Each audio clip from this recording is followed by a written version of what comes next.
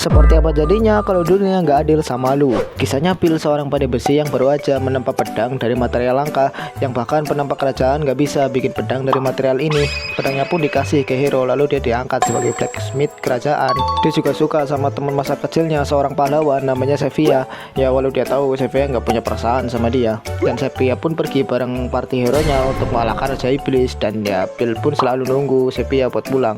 Beberapa tahun pun berlalu, ternyata Bill ini udah nggak jadi blacksmith kerajaan karena pamannya ini minta buat bantuin dia gitu. Suatu hari terjadi demo karena rakyat ini pada nuntut bahwa kerajaan ini nggak pedulin pedagang kecil lagi. Bill pun ngelihat ada pamannya di sana dan kaget. Tiba-tiba prajurit kerajaan buat bunuh rakyat-rakyat yang pada demo gitu. Bill pun terseret dan akhirnya ikut lari bareng pendemo lain gitu.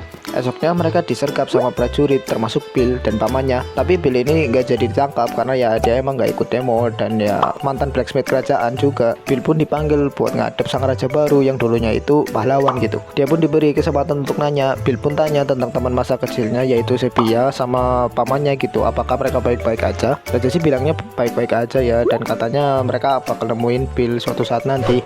Dan suatu hari ada orang yang ngetuk pintu rumah Bill. Dan kagetnya ternyata itu Sevilla yang udah stres dan pamannya yang udah mati gitu. Singkatnya Bill pun bertekad buat bunuh sang raja di saat itu juga. Ya walau pada akhirnya dia dikalahin sama sang raja dan dipotong lengan kirinya, tetapi itu nggak ngebuat Bill ini berhenti buat balas dendam. Dan akhirnya dia ngebuat tangan robot buat bunuh sang raja gitu. Buat kalian yang mau baca, ini judulnya gua rekomen banget sih.